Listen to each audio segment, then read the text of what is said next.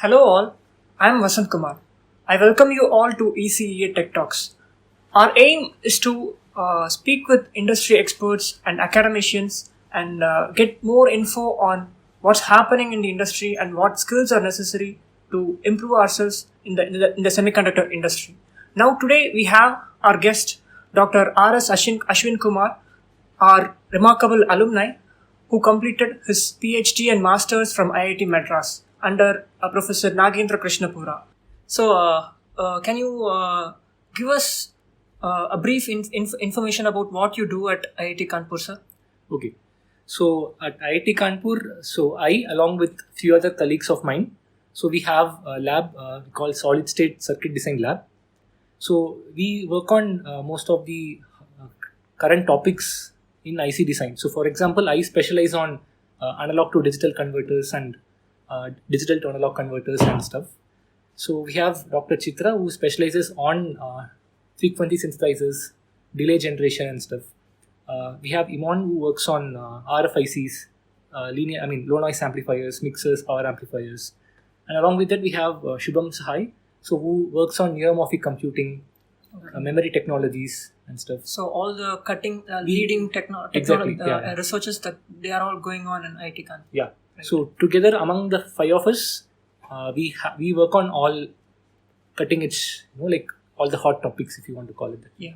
Okay. So going on with that, right now, placement session is taking place in our college. Mm-hmm. So from my experience and from what I see many people, though they have taken ECE or other core branches, people are giving more preference to go into computer science and IT and or service related job. Right. It's not just with the placement.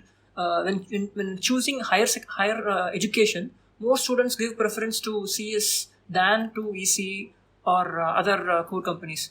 So what do you think makes students and people to go choose the CSIT domain and not other core domains? Okay. So one easy response to this is to say that there are more jobs in CSIT, but I'll circle back to that at the end. So there is one more fine point. This again, my personal opinion. I mean, there might be different opinions to that. So I'll ask you this question, right? So when was the first time you learned coding? Probably during school, during 11th standard, my 11th right? standard, 12th standard. Same. So I mean, by 10th I was good at C. By 12th I learned C#, Java. I was good at stuff. I mean, I was okay with coding. So the point I'm getting to is, you don't have to go through 4 years of college to actually be to learn and specialize in coding and programming, right? But that's not usually the case with other. I mean, for example, streams like ECE, right? Yes. So for at any point in your career, you can actually go learn coding and be good at it. Okay. Right. So this is one of those few areas where there are multiple entry and exit points. You can enter at any point in your life, learn and come out. But if you look at circuit design, for example, I work on analog to digital converters. So if you want to be a good design a good ADC, you need to know basic analog circuits, some digital circuits, signal processing. And to be good at these things, you need to be good at basic circuit analysis, right? And for that, you need to be good at calculus. Okay. And that's what your entire school training is all about. Yeah. So if you think about it, there is a learning curve associated with being good at branches like EC. But that's usually not the case with some fields in CS like programming. Okay. Of course, there are other specialized areas in CS which require tremendous preparation and skills. But coding and programming is one thing which someone can actually learn at any point. So even if you are pursuing career in some other field, you can actually pick up coding and then easily switch to that. But here, if you kind of not familiar or probably not comfortable with basic circuit analysis course, then it becomes difficult for someone to actually understand the analog circuits or digital circuits course, and then it all becomes extremely complicated for them. Okay. So that said, now because there is no barrier to entry to get into a coding or programming job profile, you'll see that there are a lot of people with that same kind of skill set, right? So that means that for most of these basic coding jobs, industry can hire from anywhere. Okay. So which means they also have the option to fire anyone at any point of time, because rehiring is They not always have a lot of people who are Exactly. Who have the right knowledge to to replace us. Exactly. So, but that's not the case with exactly. That's usually the case with skills like coding, where the prerequisites you need is not a lot. Yeah. Right. So at any point someone can actually pick up and spend some time and learn it. Okay. But that's not the case with circuit design or chip design, right? Because there is few years of learning associated with it. Yeah. There is a barrier to entry in this field because of the time you have to spend to learn the basics. So that kind of prevents some people to actually, this makes it kind of difficult for anyone to switch their field and become a circuit designer in middle of their career, right? So this probably is one reason. And like I told, because of the fact that this requires some years of knowledge and knowledge acquisition, it is not, you are more valuable as an asset to a company compared to if you want to be a basic coder or programmer. That is one part. So but that said, we also have a lot of actually electronics related jobs. Okay, but the problem is, as I mentioned, since we have this initial years required for you to specialize or train, not a lot of people want to do that, probably. Or some people who kind of were not comfortable in basic circuit courses, since they will not be able to follow the other stuff, they prefer to switch to coding. That's a possibility. Right? And let me come back to the point I mentioned. So it is true that there are more jobs in CS and IT compared to let's say semiconductor industry, but that is not the case anymore. So if you look at it, everyone would have seen a lot of news in the recent few months about the government wanting to set up a fabrication facility and promote startups in chip design, right? So we have this few years, let's say 10-15 years back, the government policies were more in favor of software and services industry, but now the shift is towards chip design. Finally the government has seen the necessary for doing things in semiconductor industry. Yes, this is really important and government has realized it, and so the government policies is towards promoting chip design and fabrication, right? So which means you will easily see more and more startup companies. Right? For example, we have this India Semiconductor Mission where there are two schemes. Like one is called Product Linked Initiative (PLI), where I think the government is ready to fund up to 76,000 crores for people setting up companies for fabrication or circuit design. And there is a Design Link Initiative where chip design companies can get up to 50% funding from the government for their design.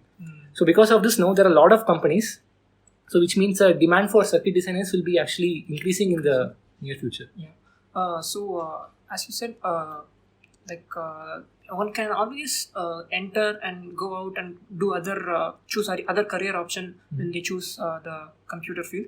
But what I think is, in addition to that, even when students are willing to, or when people are willing to take up electronics, I think that many don't have the right resource or the right guidance to take a successful career. Because when we search for, let's say, the simple case of YouTube, when we search for a coding tutorial or anything that's related to any tutorial or any concepts related to coding, we get a plenty of listings in YouTube. Whereas with the case with YouTube, apart from NPTEL courses and other courses that are conducted by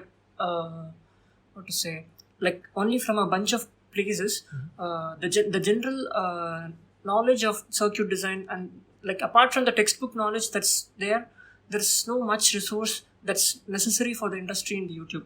Do you think the same as well? As a student, this is what I thought. I probably might beg to differ in that. See, as I mentioned, since there are a lot of programmers, you can find more programming related videos, but that doesn't necessarily mean you don't have enough resources to actually learn circuit design, right? As you mentioned already, we have NPTEL, and each IIT, almost probably all IITs, their courses are recorded, their recorded lectures are posted online. So it is as if you don't have to join IIT but learn. We get the perks, right, of being at IIT. Exactly. Yeah. So it is there. I just feel that in this current era where information is all there, information is overloaded. You are overloaded with information. You just have to choose the correct information to learn what you want. Right. So, what do you think is happening in the global semiconductor industry right now. Because a pre-COVID era is different, post-COVID era is different. Many, the United States has recognized the need for having, since the most of the semiconductor foundries have moved out of US. US feels like right now it doesn't have the same control that it had over this industry a couple of decades or a few decades back. So with that, and many new countries trying to set their foot in the semiconductor industry. What do you think will happen over the years? Okay, so one point is it was not as if US had dominance over foundry. It was always has been TSMC, Taiwan Semiconductor Manufacturing, TSMC. So yeah, but the problem is the recent chip shortage has made US understand probably the necessity to have homegrown foundries. So that is number one. Number two, I think, as you mentioned, semiconductor industry is probably the next driving force for the next kind of industrial revolution, if you say, right? And I don't have to iterate the fact that chips are essential, right? We have whatever things that we used to have that didn't have any electronics right now. We right now have it everywhere. Be it a car or a bike. Even in bike, we have fuel injection and lot of sensors that monitor data periodically. Exactly. Yeah. So basically chips are everywhere. So this, in fact, people call it as the next oil, right? So anyone who has the facility or capability to manufacture and design chips, they can assert kind of a dominance in the world market, right? And that said, coming to India, if you take semiconductor industry, we have one side which is on fabrication or semiconductor devices, and other side which is circuit design, right? So with respect to fabrication, there have been a lot of talks from several people, like Tata was interested, there is Tower Semiconductors and IBM, a lot of people, they have been initiated talks to set up a foundry in India. But of course, these are all in the initial stages, and it is possible that we can set up a homegrown foundry in India. But it will take a lot of time. Okay. But coming to the chip design side, we have a lot of companies in chip design, and because of the fact that India's government is pushing for chip design companies, a lot of startups have come up, number one, and number two, a lot of MNCs have started design centers in India, right? And to quote some stat, I think 2021, as of 2021, I think India semiconductor market was capped at 21 billion probably. And in the next 4 to 5 years, it's expected to reach probably 100 billion. Okay. Right? And as of now, only 9% of the Indian semiconductor market is met locally. Okay. And because of this, influx of a lot of companies and design companies, we are expected to meet 17% of India's demand locally in the next 5 years. Okay.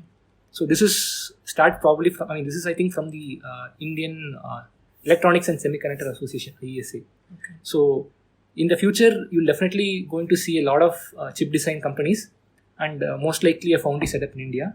So yeah. Okay.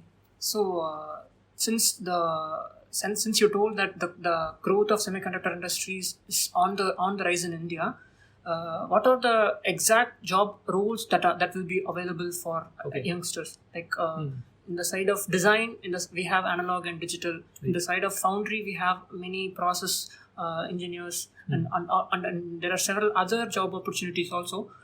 Can you tell about those job opportunities? Yeah, of course, as you mentioned, if you try to categorize as device fabrication and design, in device fabrication, of course, we have everything related to the foundry, process engineers. We have people who have to model the devices, so we have device modeling and a lot of stuff. And when you come to design, of course, we have one analog designer, one in digital, one we have in RF IC design. Of course, we'll have some roles for layout, doing layout for chips. So layout designer will be there. Of course, we'll have a verification engineer, one testing engineer, and several higher level, senior level roles for all of these. Okay. And just to give something, as I mentioned earlier, at our institute, there were everyone who wanted to specialize in analog and digital, they got placed, and there were companies who didn't get enough candidates, so they had to go empty. Oh, okay. So this year, at least from this year, what we saw, it looked like there was more demand, but than what we could supply. Yeah. Okay. So I cannot generalize for the entire all country, the- but from what I saw Yeah. in this year, this is the case. So okay, so there is always a great demand for engineers, but the like not all companies visit all the colleges, or like the opportunities that are available are only present at a limited places. Is it like that? I mean, that is generally the case with placement companies, right? So if you look at companies, they want to go to places where they know they can get good talents from, or they have people already, graduated from that particular college working with them, Okay. right? So to to invite more companies, I think the corporate, the whatever the cell you have, placement cell has to, invite all these companies. I'm pretty sure we have from CEG, there are a lot of people working in all semiconductor companies. So if the respective cell or whatever association speaks to the HRs of those companies, I think they will be definitely interested to come and pick people from. Okay. So I've seen many hardware accelerators and many highly computational intensive machines being built. But those days are still we are in the day where all our jobs, be it started with the automobile revolution. The machinery started replacing all the people who were doing the fitting and checking works. Then came artificial intelligence and machine learning. We have, like, very recently, just a couple of weeks back, this chat GPT thing came, and many people, there are lots of talks going on with chat GPT. So will AI replace the role of circuit, or electronics engineers? It's an interesting question. So in short, I don't think so completely. So because if you think about it, AI or ML, whatever, it can replace jobs which can be automated, or in other words, which are kind of monotonous. Okay. Right? So that is not the case with chip design. Right? So the only thing in the entire process of IC design is that can be automated is layout, and digital layout is already automated, and analog layout is it's an ongoing research area. And if analog layout is automated, of course the need for layout engineers will reduce. But again, layout is it's a skill like coding, so anyone can actually pick up without knowing a lot of the things behind design, circuit design. Okay. Right? So but with respect to, and if you ask the designers if analog layout is automated, they'll think that it's actually better, because as someone who had to design the circuit and do the layout myself, I'm sure a lot of my colleagues might also agree. So layout is something that kind of a tedious process, because it's kind of more laborious and monotonous. And most of the time when we do layout, we kind of listen to songs, to kill time and keep doing it. So if this is automated, it's going to actually reduce the time for chip turnout. Turnaround time. And layout is something where AI and ML will definitely automate in the future. But when it comes to chip design, circuit design, I don't think there is a possibility for AI and ML to completely automate it. Probably it is possible to automate few blocks, like probably some op-amps or basic building blocks. But again, that is actually a boon for designers, because finally when you are at a company, you will not be designing one op-amp. You will be designing a big system. If the op-amp is designed quickly for you by some tool, you can use it to build a bigger system quickly. Right? And even that said, there are more and more architectures and topologies of op-amp that is getting explored. So with automation and AI, you can probably quickly design some conventional or rudimentary op-amps. Probably not rudimentary, some conventional op-amp topologies, but new architectures that are being explored could not be automated. Okay, but right? With respect to designing, we have, from what I heard, people working in the industry, they don't always go with the state of or whatever research, whatever architecture or topology that's being currently researched and studied fully. What I heard is they make use of the topologies that are silicon proven and are shown to success. Right. So under that context, the process of designing is just basically fixing the sizes of the devices and arrangement, as you said, layout. So in that context, designing, there is still I can see that AI can choose do the process of designing. So what you told is just a small part of it, Okay. right? But not everything in the industry is kind of like reused. Okay. So there are significant portions of it that are being redesigned because most of the time we have specific requirements from different customers. Okay. So that side of it cannot be touched by AI. So there is of course a small portion where you just release revisions of a chip probably. Okay. So there you might reuse bulk of the existing stuff and add minor tweaks to it. Okay. There I do not know. It is possible, but I cannot guarantee. So there is a possibility in that side, but in many other cases you have custom requirements for many customers and people kind of do things again. Okay. Okay, that's nice. The startup culture. So startup culture, it has already taken, it has already went to great heights in the IT domain or the CSIT domain. With respect to semiconductor corporations, what are the, like as a student, if my aim, actually it's to be frank, it's my aim is to build a startup or a company that manufactures semiconductor devices. So for me, what will be your what should be the path that I should choose to reach my goal?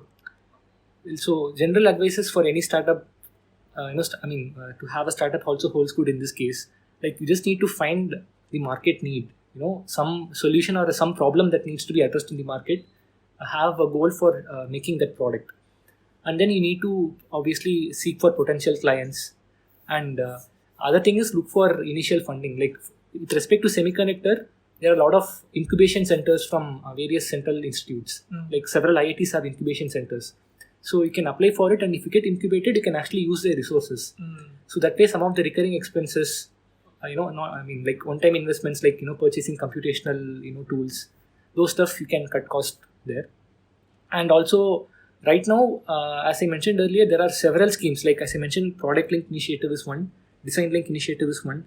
I know there is one TTDF, and there are several, like at least 10 such schemes are there, which is you can search for them in MIT website, Ministry of Information Technology, right? So there you have all these call for proposals because the government wants indigenous chip designs to be, indigenous chip designs. So they are hugely promoting startups who want to design chips.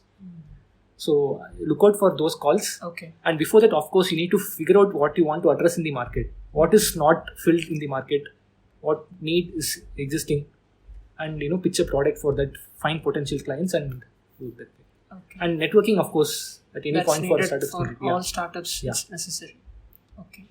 So what are the events that I can attend so that I can network with more like-minded people in the same field? Yeah, definitely. I try to go for conferences. All circuit conferences. There are a lot of people from the industry also come. Number one. Number two, MIT also has several kind of talks. Several several talks and programs organized. You please look out for the website. I do not completely know the details, but if you go for the website, you have recently we had this 5G launched, and several kind of communication related programs organized by MIT. So that is where you can meet potential clients or similar minded people, startup people who want to start startups. Okay. So that as a professor, what would be the advices that you would give for a person who want to excel in the field of electronics and communication? What are the do's and what are the don'ts? Those things that appear as that appear as if they'll lead us to our destination, but which should be avoided at all costs. What are the things that we should look out for? Yeah, so the deal is as I mentioned, to specialize in ECE or in circuit design, you need some time to be spent to master the prerequisites. Okay. So mastering those prerequisites is the important thing. Okay. Right? Because you need to lay a strong foundation to build beautiful buildings. Okay. Yeah. Right? So those stuff include focus on basic courses you learn in second year. That's it. Those, as long as you are very comfortable with those courses, you can actually start building up easily. And with respect to circuit design, it is not like one narrow path that you need to know only one particular subject. You also need to know basics of signal processing and sometimes some semiconductor device physics. So you need to touch upon both sides also, Yes. along with basic circuit analysis Okay. and basic circuit courses. So that basics is the deal. Basics is the important stuff. So I would encourage students to actually focus more on that. I sometimes in the pursuit of marks we may just look for solving problems where the concept of learning takes the backseat, right? So probably students should also have in mind that they should learn it, but like marks is one thing, it's needed, but learning should also be given equal importance. Okay. So now for the viewers who are watching this video from Tier 3 college, Tier 3 or Tier 2 colleges, and are really interested in getting into the semiconductor industry or get into an internship or placement, what are the things would you advise them to with the limited resources they have? Well, as I mentioned, if someone has good laptop and good internet connection, that's all the resource you need in this era to learn anything. Okay. Right? So, but the thing is, as I mentioned, students should try to focus more on the fundamental subjects, because that's what is going to lay the foundation, right? Okay. Because people think that I want to learn how to design ADC or op-amp, so don't directly go there. It is, as I mentioned, it is not like coding. You can't pick it up at starting. I want to learn C coding. You can start from C, but here it is not there. So you need to have some basics to be covered. So once that is clear, the next thing, if you want to have internship opportunities, is basically the advice you will get from anyone, networking, right? Now we have LinkedIn, social media platforms. Just try to connect to your college alumnus, their friends.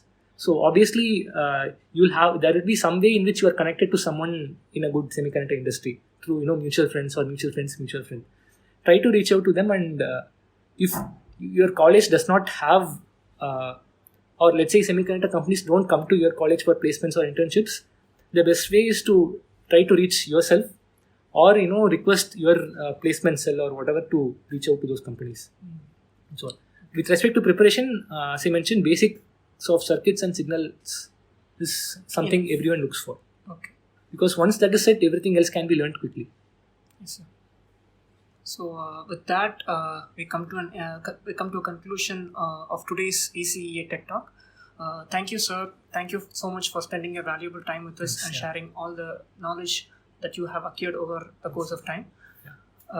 So viewers, please do subscribe and do watch the videos that we'll be posting in the upcoming days. It will be very, very much informative, and we'll try to cover all the different domains within our curriculum by inviting and having a podcast from people from industry and academics. Thank you.